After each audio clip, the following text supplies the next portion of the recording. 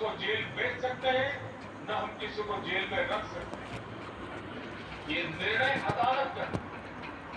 और मेरा मत है, अगर रेलवे के टिकट चेकर को आप तनख्वाह देते हो, उसका काम है ट्रेन में टिकट चेक करे और बिना टिकट वाले को जुर्माना करे, उसका काम है।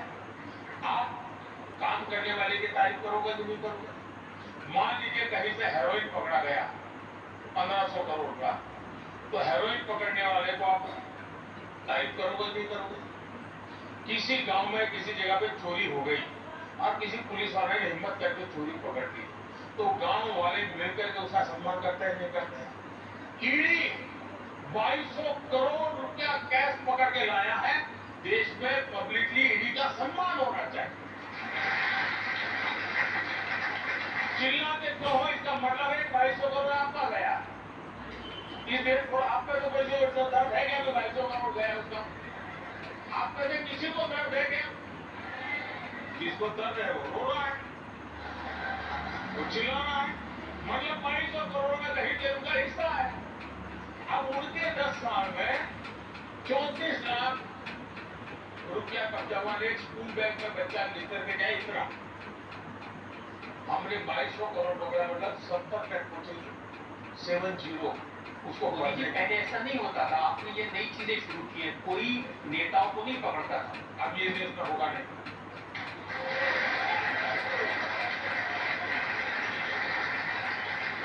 मुझे किसी के कोई मेरा अच्छा मेरे लिए एडिटोरियल लिख दे, इसलिए मैं सरकार नहीं चलाता।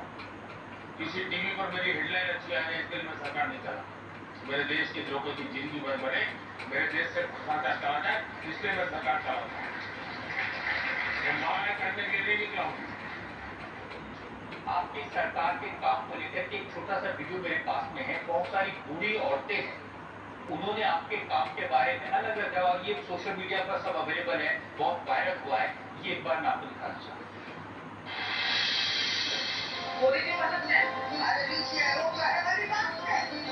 सबसे बेस्ट काम कर रहा है, सबसे उन्नति हो रहा है देश का। मोदी अच्छा नहीं तो और कौन अच्छा है? जितना पार्टी आया, जितना गया, वो देश का उन्नति किया। वो जब तक रहेंगे तब तक देश चलाएंगे। लैट्रिन दी, पानी दिया, बिस्तर दी, बोला देता है। अच्छा, वोट तो दोगे?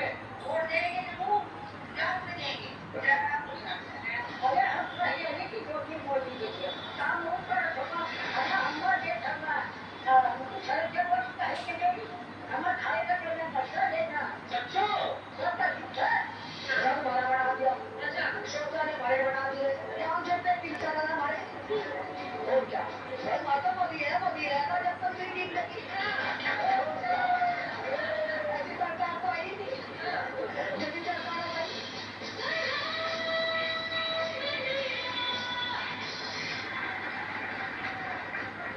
एक माताओं का मन आती है, वो ऐसा खुद करके आशीर्वाद दे रहे हैं। लेकिन मीडिया जगत के लोग जरा ध्यान से करें कि बड़े बड़े नेता भी इतनी बारीकी से इस प्रस्ताव नहीं बोलते जितना एक अनुभव किया हुआ व्यक्ति बोलता है। मतलब ये सच्चाई बोल रही है, ये शब्दों का श्रृंगार नहीं है, ये भीतर से निकला हुआ एक आशीर्वाद का पत्र है। और यही मेरी ताकत है। और मेरी सरकार की अगर कोई विशेषता है तो यही है, लास्ट माइल डिलीवरी। आखिरी व्यक्ति तक जो योजना है वो पहुंचनी चाहिए। और मुझे खुशी है कि जब मैं सुनता हूं, मुझे खुशी है कि मैं इस काम को कर पाया।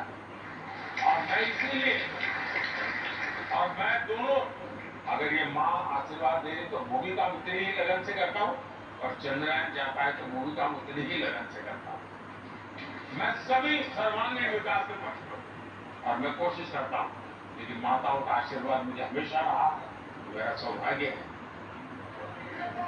मुझे हमेशा कहते हैं कि ये जो पैसा इन लोगों तक डायरेक्ट पहुंचता है वो डिजिटल है, इसलिए पहुंचता है।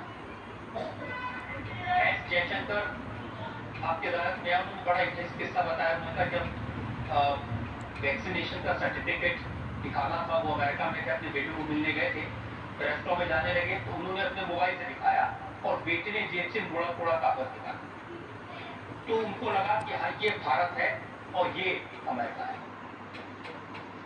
ये समाचार सुनकर के आनंद होता है, लेकिन पार्लियामेंट में, देश के सुप्रीम कोर्ट में जिनकी धाक चलती है, ऐसे व्यक्ति जो कभी देश के वित्त मंत्री रहे लंबे अरसे तक, वे पार्लियामेंट में इस युग में ये कहे कि ये देश में मोबाइल कौन जानता है, इंटरनेट कौन जानता है, ये फिनटेक का तो क्या लेना देना है।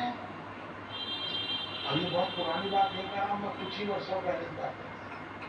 और दूसरी तरफ मेरा देश डिजिटल इंडिया के जिसमें G20 समूह में मैंने देखा, दुनिया का हर देश मुझे पूछता था कि इतना बड़ी रिवॉल्यूशन आई कैसे। और जब लोग आज भी विदेश में मेहमान आते हैं तो उनकी एमबेसी उनको किसी रेडी पट्टी वाले यहाँ ले जाते हैं और दिखाते हैं कि देखो ये ऑनलाइन पैसे लेगा, ऑनलाइन लेगा, लैंग्वेज नहीं जानता है तो अब इसलिए हमारे देश में डायरेक्ट बेनिफिट ट्रांसफर कोविड के समय दुनिया के कई देशों में, समृद्ध देशों अपने नागरिकों को पैसे देने की योजना बनाई, लेकिन दे नहीं पाए, उनके पास मैकेनिज्म ही नहीं था। आज मैं जब किसान सम्मान निधि देता हूँ 2000 पर साल में 3 बार, मुझे 30 सेकंड लगता है 11 करोड़ के खाते में पैसा जमा, 30 सेकंड। हमने, मेरे लिए टेक्नोलॉजी, जैसे मैं भ्रष्टाचार के खिलाफ लड़ाई लड़ता हूँ तो एक तो ये जो एजेंसियां वो अपना काम करती है, लेकिन मैं भी टेक्नोलॉजी के माध्यम से ट्रांसपेरेंसी लाने का काम करता हूँ, डायरेक्ट बेनिफिट ट्रांसफर। हमने करीब 38 crore lakh crore direct benefit transfer किया है 10 साल में। राजीव गांधी कहते थे ₹1 दिल्ली से निकलता है तो 15 पैसा पहुंचता है। अब वो कौन सा पंजा ये 85 पैसे मार लेता था, तो उस समय तो पंचायत से लेकर पार्लियामेंट तक उन्हीं की सरकार थी। अब पंजे के हाथ में झाड़ू भी है, तो पहले पंजा 85 पैसे मारता था, पर 95 पैसे मारेगा। तो जब सफाई की सुविधा बढ़ गई उनकी, अब इसलिए आप देखिए उस हिसाब में कैसे 38 लाख करोड़ रुपीस अगर उस जमाने की पद्धति से चलता तो करीब 28 लाख करोड़ रुपया किसी पंजे ने मार लिया। अब ये पैसा सीधा जाता है, उसके खाते में जाता है, तब जाकर के आवाज निकलती है, जो दिल की आवाज है उसके काटे जाती है। और उसको लगता है कि दिल्ली में उसका बेटा बैठा, उसका देखिए सरकारें तो पहले भी रही, ब्यूरोक्रेसी भी यही थी, सिस्टम भी यही थे, तो आपने ऐसा क्या बदल दिया कि अब ये सीधा पैसा जाता है, ये बुरी बात है, इस तरह की बात कहती है? एक तो सबसे बड़ी बात यह है हमारे देश में अब तक जो प्रधानमंत्री बने हैं वो ज्यादातर केंद्र की ही राजनीति का हिस्सा है। बहुत कम प्रधानमंत्री हैं जो राज्य में काम करके आए हैं, और जो आए हैं वो भी बहुत कम समय के लिए उनको अवसर मिला है। मैं देश का पहला ऐसा प्रधानमंत्री बना जिसको लंबे अरसे तक, लॉन्गेस्ट टेन्योर है मेरे स्टेट का, और एक अच्छे राज्य का लंबे अरसे तक मुख्यमंत्री रह करके आया, और वो भी एक ऐसा मुख्यमंत्री जो काम करने वाला मुख्यमंत्री, यानी पहले खाली देखने वाला नहीं, बदलाव की विजन के साथ काम करने वाला। तो मेरे पास वो अनुभव है। तो एक तो अनुभव, अच्छा तो मैंने एक छोटा सा काम किया। मैं पहली बार प्रिया के सामने बात करता था। मैं जब थोड़ा लंबा समय जाएगा तो जी आपके दर्शन मार में तंग आ जाएंगे। नहीं, ये तो देखिए मैं दो अनुभव सुनाना चाहता हूँ, इससे आपको पता चले कि काम कैसे होता है और कैसे करना चाहिए। मैं अचानक मुझे मुख्यमंत्री बनना पड़ा था 7 अक्टूबर को 2001 मैं कभी एमएलए नहीं बना, मैंने कभी पुलिस थाना नहीं देखा, मुझे कुछ ही सरकार वर्ग कुछ समझ ही नहीं थी, मैं मुझे फैक्ट ऑफ माय लाइफ अचानक मुख्यमंत्री बना, तो भूकंप था वहां, तो भूकंप